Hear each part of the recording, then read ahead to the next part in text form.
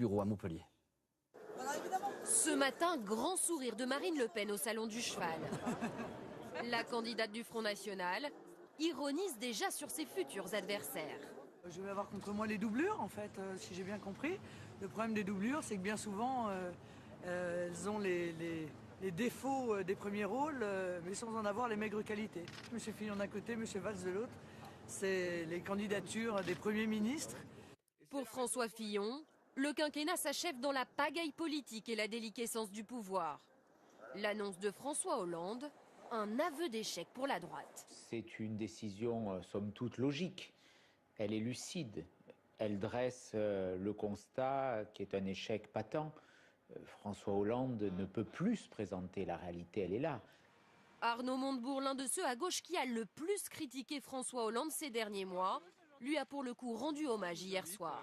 Il a pris là une décision qui, je crois, était sage, elle était difficile, mais réaliste et empreinte de lucidité et hautement respectable. Emmanuel Macron, candidat hors de la primaire, salue lui aussi ce matin la décision du président. Elle est difficile à prendre sur le plan personnel, elle est historique sur le plan institutionnel.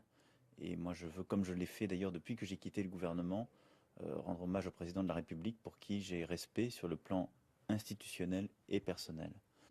En visite dans un lycée ce matin, Najat Vallaud-Belkacem appelle la gauche à cesser ses divisions.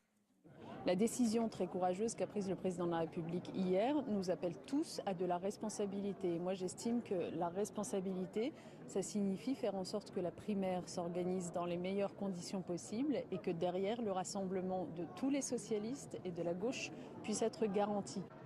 Cette annonce qui a pris tout le monde de court rebat les cartes à gauche comme à droite. Voilà, dernière réaction, celle de François Bayrou, le président du